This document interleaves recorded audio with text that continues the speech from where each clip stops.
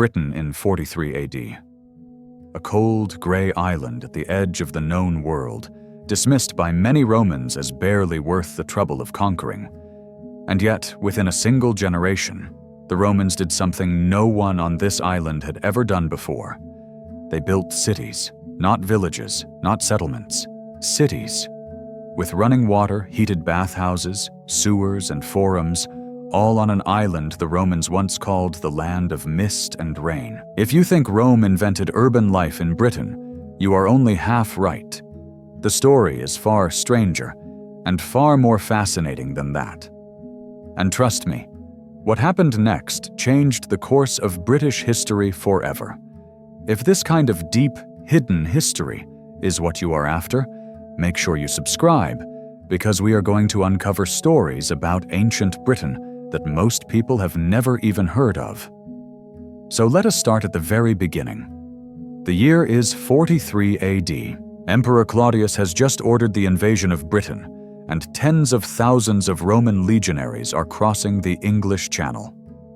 Now, Claudius was not exactly seen as Rome's greatest military mind. He was stammering, he limped, and many in Rome considered him weak. So he needed a victory, a real one, something spectacular enough to prove he belonged on the throne. Britain was his gamble, and against all odds, it paid off. The invasion landed somewhere along the Kent coast, modern-day southeastern England, and within a few months, the Romans had pushed deep into the southeast of the island. They defeated the local British tribes, established a foothold, and began doing what Romans always did after conquest. They built. But here is what most people miss. The Romans did not arrive on an empty island. Britain already had settlements, trade networks, and political structures stretching back thousands of years. The Celts, or more accurately, the various Celtic-speaking tribes, had been living here for centuries. They had hill forts, they had sacred groves, they had kings and queens. Boudica, the famous warrior queen of the Iceni tribe, would later lead one of the most devastating revolts the Romans ever faced. But before the revolt, before the rebellion, there was something quieter happening, something that would reshape this island permanently. The Romans began turning a collection of scattered tribal settlements into something entirely new: towns, and eventually, cities. The first and most important of these was Londinium. And I want you to picture this place, not as the London you know today, with its glass towers and double-decker buses, but as a brand new settlement on the banks of a wide, muddy river. The year is roughly 50 AD, just 7 years after the invasion. A small cluster of wooden buildings has appeared on the north bank of the Thames. There is a bridge, one of the first ever built across this river, a narrow wooden crossing that connects the settlement to the southern bank. Merchants are arriving by boat from across the channel, unloading goods from Gaul, from Spain, from the far reaches of the empire. Wool is being traded, iron is being worked, and a tiny frontier town is being born. Within 50 years, Londinium will become the capital of Roman Britain. And within a century, it will be one of the fastest-growing cities in the entire empire. But Londinium was not the Romans' first capital. That honor belongs to Camulodunum, which we know today as Colchester in modern-day Essex. And Camulodunum is where the story of Roman urbanism in Britain truly begins. This was the first Roman town in Britain, the first place where Roman planning, Roman architecture, and Roman daily life took root on British soil. Before Londinium even existed as more than a muddy trading post, Camulodunum was already a functioning city. Now let me take you inside. It is roughly 50 AD, and you are walking through the gates of Camulodunum for the first time. The first thing you notice is the walls, thick, imposing stone walls surrounding the entire settlement, built to project power and to make it clear that this place is Roman. Inside those walls, the town is laid out on a grid. Straight streets intersecting at right angles, just like every Roman town from Britain to North Africa. The Romans did not improvise. They had a template, and they applied it with ruthless efficiency. There are insulae, the rectangular blocks of buildings that filled each grid square. There are shops at ground level, taverns, workshops, and at the heart of it all, the Forum. The Forum of Camulodunum was the beating heart of the town. A large open plaza surrounded by covered colonnades, where merchants haggled, where disputes were settled, where the public gathered to conduct the business of daily life. At one end stood the Basilica, a long, grand building that served as both a courthouse and an administrative center. This is where Roman law was applied to British soil for the first time. Roman judges sat here and decided the fates of local people, many of whom had never seen a Roman town before, let alone one this large. But the most ambitious project in Camulodunum was not the Forum. It was the Temple. The Temple of Claudius, a massive structure built to honor the emperor who had conquered Britain, was one of the largest temples in the entire province. Huge columns, a raised platform, steps leading up to a grand entrance. This was not just a place of worship, it was a statement, a monument to Roman power, built on the very soil the Romans had taken by force. Local Britons would have walked past this temple every single day, a constant reminder of who was now in charge. And yet, for all its grandeur, Camulodunum held a dark secret. The town had been built directly on top of a former British settlement. The Romans had displaced the local Trinovantes tribe, seized their land, and handed it over to retired Roman soldiers as reward for their service. These veterans demanded tribute from the locals. They built their temples and their grand houses, while the displaced Britons were pushed to the margins. It was occupation, plain and simple, and in 60 AD, it exploded. Boudica, queen of the Iceni, her husband had recently died, and Roman officials had seized his lands, stripped his daughters, and brutally humiliated Boudica herself. The outrage spread like wildfire across the tribes of eastern Britain. And in 60 or 61 AD, Boudica led a rebellion that shook the entire Roman province to its core. Her army marched on Camulodunum first. The Romans inside the town had almost no garrison, no military defense to speak of. They retreated into the Temple of Claudius, barricading themselves inside, believing it could hold. It could not. Boudica's forces burned Camulodunum to the ground. Every building, every street, every Roman structure destroyed. The archaeological evidence is extraordinary. A thick layer of ash and destruction, dating precisely to this moment, has been found beneath the modern city of Colchester. When archaeologists dig here today, they can still find the scorched remains of Roman Britain's first city. But Rome did not fall. Rome never fell quietly. The Romans regrouped, crushed the rebellion, and rebuilt. And this time they built smarter. They learned from Camulodunum. They learned that a city without proper defenses, a city built on stolen land without any effort to win over the local population, was a city waiting to burn. So when the Romans turned their attention back to Londinium, they did things differently. Londinium in the 70s and 80s AD is a city in transformation. It has already grown larger than Camulodunum, driven by its perfect position on the Thames, which made it the natural hub of trade for the entire province. Ships arrive daily, carrying grain from Gaul, wine from Italy, exotic spices from the Eastern Empire. Londinium is becoming the commercial engine of Roman Britain, and now the Romans are pouring resources into turning it into a proper city. The first major project was the construction of a grand wooden bridge across the Thames, replacing whatever makeshift crossing had existed before. This bridge connected Londinium to the south bank and made the town the center of the entire road network radiating out across the province. Roads were another thing the Romans did extraordinarily well. Watling Street, Ermine Street, and dozens of others radiated out from Londinium like spokes from a wheel, connecting the capital to every major settlement in Britain. Travel that once took weeks on foot through muddy tracks now took days on engineered, paved, all-weather roads. The Romans understood something fundamental about power. Control the roads, and you control everything. But roads and bridges were just the beginning. Londinium needed water. Clean, reliable, abundant water. And so the Romans built an aqueduct, drawing fresh water from springs in the hills to the north and carrying it into the heart of the city.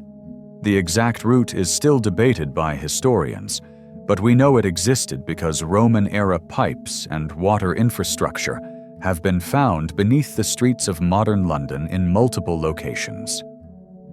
This single piece of engineering transformed daily life. Suddenly there was water for cooking, for cleaning, for the bathhouses that every Roman town needed. And speaking of bathhouses, let me take you inside one.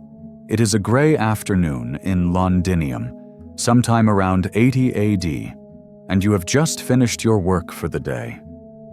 You are a merchant, perhaps, or a craftsman. You walk through the entrance of the public baths, and immediately the temperature changes.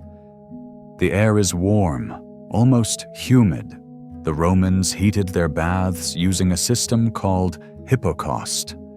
Fires burned beneath the floor, and the heat rose through hollow pillars called pilae, warming the entire building from below.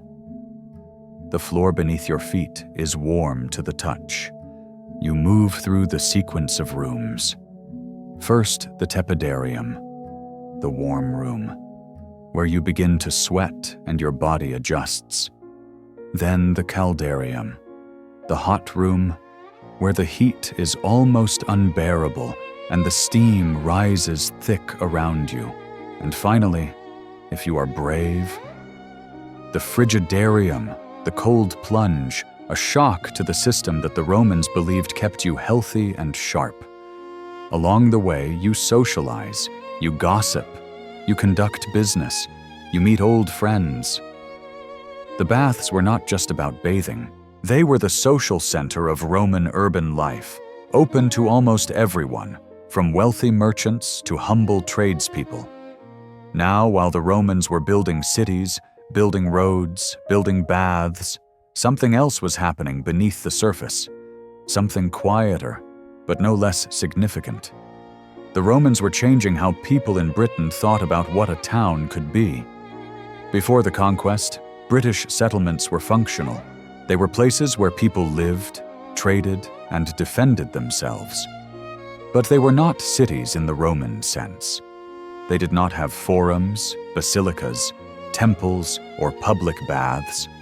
The Romans introduced an entirely new concept of urban life, and over time, some of the local British population began to embrace it. This process had a name. The Romans called it urbanization, and it was one of the most powerful tools of empire. You did not need to keep an army in every town if the local elites had adopted Roman customs, Roman dress, Roman architecture. A British chieftain who built himself a Roman-style villa with underfloor heating and mosaic floors was a chieftain who had, in some fundamental way, become Roman. And his people, seeing his transformation, began to follow. This brings us to one of the most remarkable cities in Roman Britain, Bath, or as the Romans called it, Aquae Sulis. The name means the waters of Sulis, a goddess worshipped by the local Celtic tribe long before the Romans arrived. And this is where the story gets genuinely extraordinary. Bath sits on a natural hot spring. Water emerges from underground at a temperature of roughly 49 degrees Celsius, hot enough to steam in the cold British air. The local Celts had been using this spring for centuries, long before Rome ever set foot in Britain. They considered it sacred, a place where the goddess Sulis lived beneath the water. And when the Romans arrived, instead of destroying this sacred site, as they did so often elsewhere, they did something remarkable. They built on top of it. They incorporated the Celtic goddess into their own pantheon, fusing her with their goddess Minerva, creating a hybrid deity called Sulis Minerva. And then they built one of the most spectacular religious and bathing complexes in the entire empire. The Temple of Sulis Minerva rose above the hot springs, a grand structure with towering columns and a pediment decorated with carved figures. But the real masterpiece was the bathing complex built around the springs themselves. The Romans constructed a series of pools and rooms, all fed by the natural hot water, creating a bathing experience unlike anything else in Britain. The Great Bath, the largest of these pools, was lined with lead sheets to make it watertight, and surrounded by a colonnade where visitors could walk, socialize, and enjoy the warmth. Visitors came from across the province to bathe here, to worship Sulis Minerva, and to seek cures for ailments they believed the sacred waters could heal. Today, if you visit Bath, you can still see the remains of this ancient bath complex. The water is still flowing. The same hot spring that the Celts worshipped 2,000 years ago is still bubbling up from deep underground. Bath shows us something crucial about how Roman urbanism actually worked in Britain. It was not simply a matter of imposing Roman culture on a resistant population. In many cases, there was a genuine blending. Roman technology and Celtic spirituality, Roman architecture and local tradition, all woven together into something new, something uniquely British, even in the Roman age. But not every Roman town in Britain was a success story. Some were abandoned. Some withered and died when the Roman garrison moved on, and some were never more than a handful of buildings surrounded by mud. The Romans built dozens of towns across Britain, but only a handful grew into truly significant urban centers. The ones that survived were the ones with something special: a river crossing, a natural harbor, a strategic position on a road network. Geography mattered enormously. This brings us to another remarkable settlement, Eboracum, the Roman name for what we now call York. Eboracum was founded in 71 AD as a military fortress, a base for the 9th Legion as it pushed north into the territory of the Brigantes tribe, one of the largest and most powerful Celtic kingdoms in Britain. The fortress was built on a strategic point where the river Ouse met a tributary called the Fosse, giving it excellent access to water and making it defensible from multiple directions. But Eboracum did not stay a military town for long. Within a generation, a civilian settlement had grown up around the fortress, and by the end of the 1st century AD, it had become one of the most important cities in northern Britain. It had a forum, a basilica, bathhouses, and a thriving commercial district. But what made Eboracum truly special was what happened in the early 4th century. The Emperor Septimius Severus arrived in Britain in 208 AD, and he made Eboracum his base of operations for his northern campaigns against the Scottish tribes. He died there in 211 AD, and the city became even more strategically important. But the real transformation came later. In 306 AD, the Emperor Constantine, yes, that Constantine, the one who would later convert the empire to Christianity, was proclaimed emperor right here in Eboracum after the death of his father. Constantine the Great, one of the most consequential rulers in all of history, rose to power on the streets of what is now York. That single fact transforms the way we see this city. By the early 4th century, Eboracum had grown into a major imperial center. It had grand palaces, a cathedral-like basilica, and infrastructure to support tens of thousands of people. The Romans invested heavily in this city, building it up as a counterweight to Londinium in the south.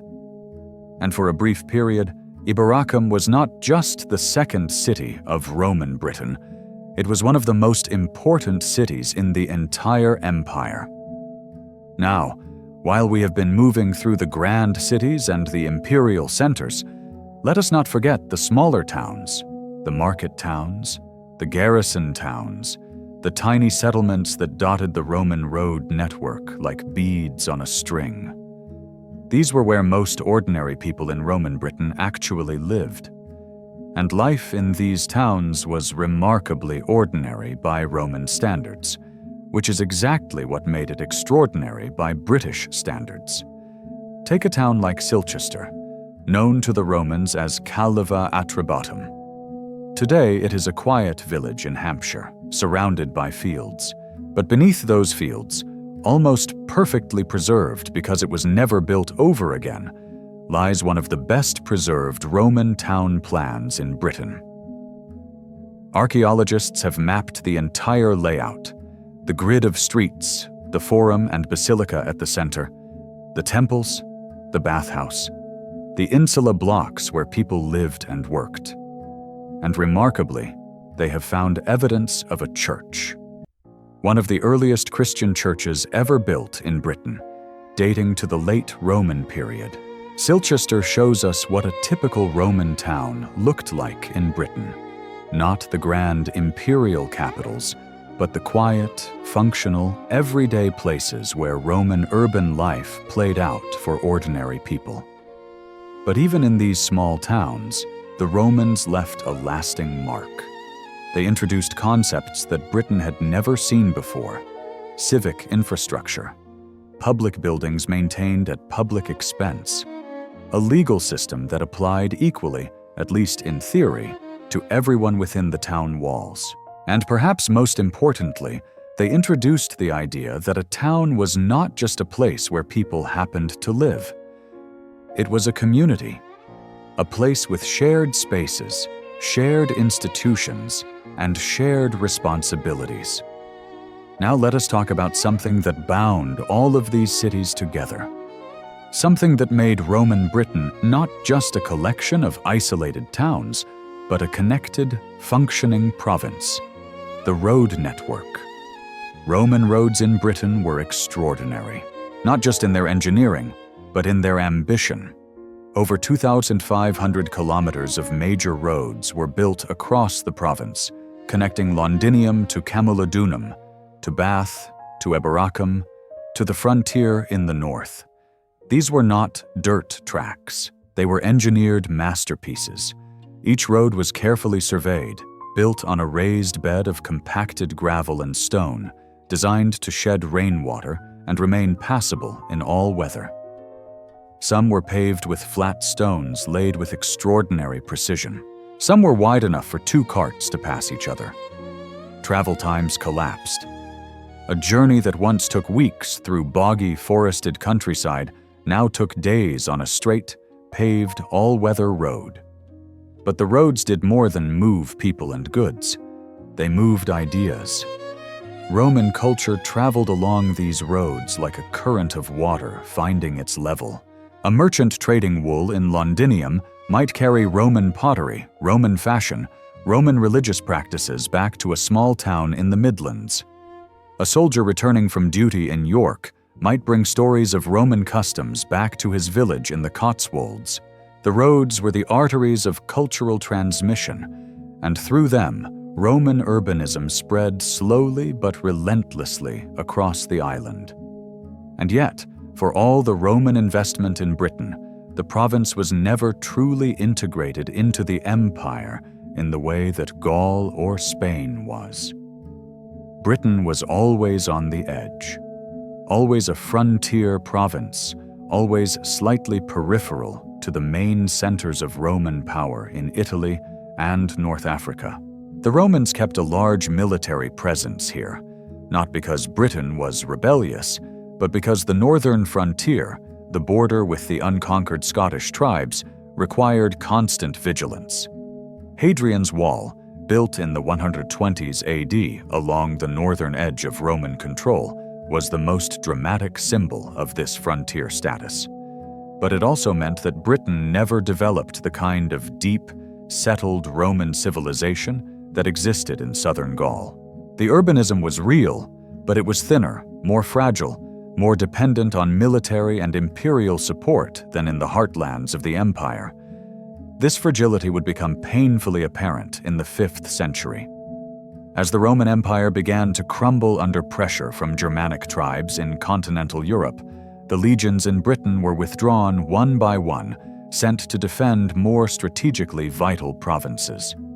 The last Roman troops left Britain around 410 AD, and with them went the administrative structure, the tax collection, the imperial investment that had kept the cities running. What happened next was not an overnight collapse. It was a slow, agonizing decline. The cities did not disappear overnight.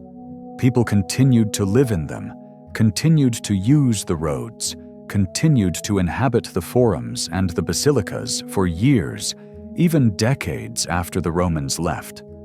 But without the empire to maintain them, the buildings began to deteriorate.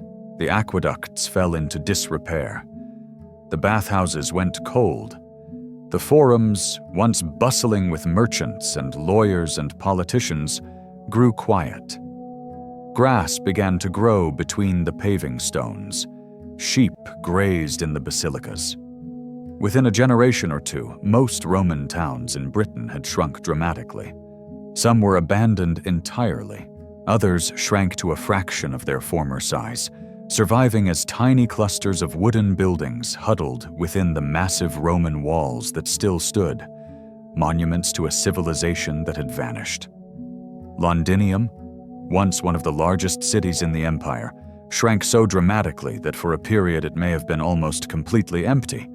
The population that had once numbered in the tens of thousands dwindled to almost nothing. But the Romans did not disappear from Britain entirely. They left something behind that would endure for centuries. They left the infrastructure, the roads, many of which are still used today, some of them forming the basis of modern motorways, the walls, many of which still stand in fragments across the country. The towns, many of which became the sites of medieval settlements and eventually modern cities. London, York, Bath, Colchester, Manchester, Leicester, Chester. Almost every major city in England has Roman roots. The Romans did not just build cities. They chose the locations where cities would continue to exist for 2,000 years, and they left something else behind. Something less tangible, but perhaps even more lasting. They left the idea of urbanism itself. The concept that human beings could live together in large, organized communities with shared infrastructure, shared institutions, and shared public spaces. This idea did not vanish when the Romans left. It survived, barely, through the dark centuries that followed, and it resurfaced centuries later when the medieval period began to build its own towns and cities. The blueprint was Roman. The foundation was Roman. And in many ways, the story of British urbanism, from the first Roman town to the sprawling megacities of today, is a story that began on a cold, gray island 2,000 years ago, when a stammering emperor decided to gamble everything on conquering Britain. And he won. Rome won, and Britain was changed forever. Thank you so much for watching. What should I reconstruct next? Drop a comment below.